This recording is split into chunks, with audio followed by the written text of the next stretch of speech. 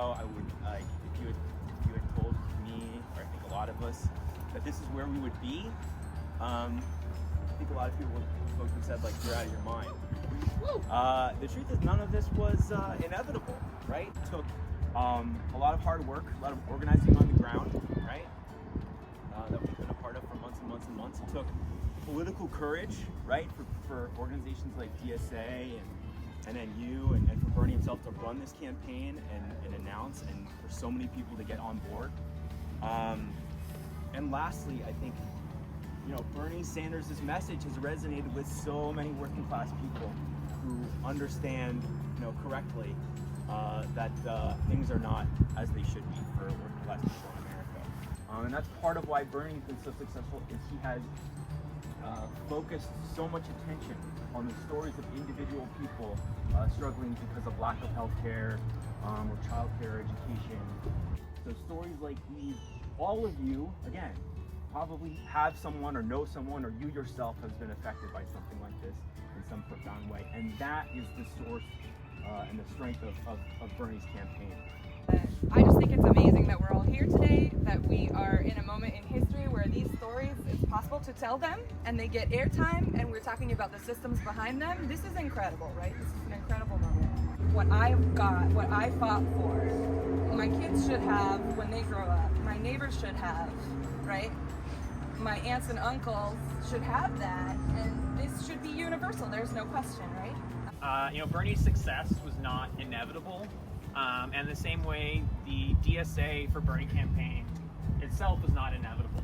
I think it's worth pausing and thinking back to the narrative that was surrounding Bernie. And it was that, Bernie is past his sell-by date. He's come and gone, his time's over, he's still a shouty old guy. My favorite was he actually did so well in 2016, he's not needed anymore. We knew that Bernie was a categorically unique candidate. We knew that Bernie was going to be the only candidate that was going to not just put these policies on a website, but stand up for them.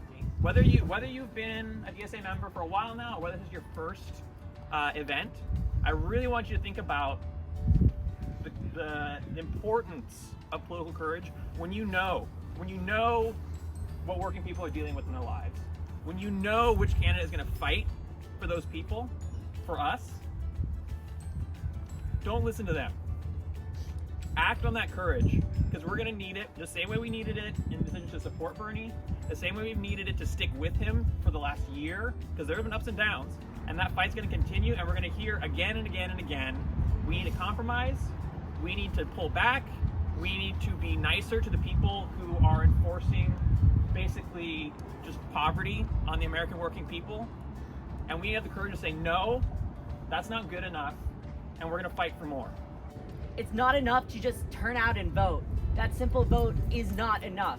And Bernie Sanders is the sole candidate that is bringing a movement like this, people turning out on their Saturdays and doing everything that they can to pass this agenda.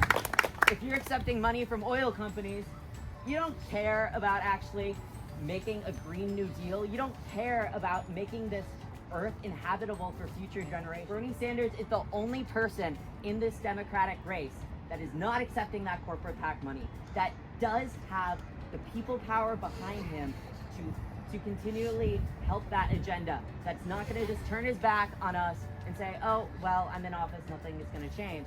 No, he's actually going to be able to follow through.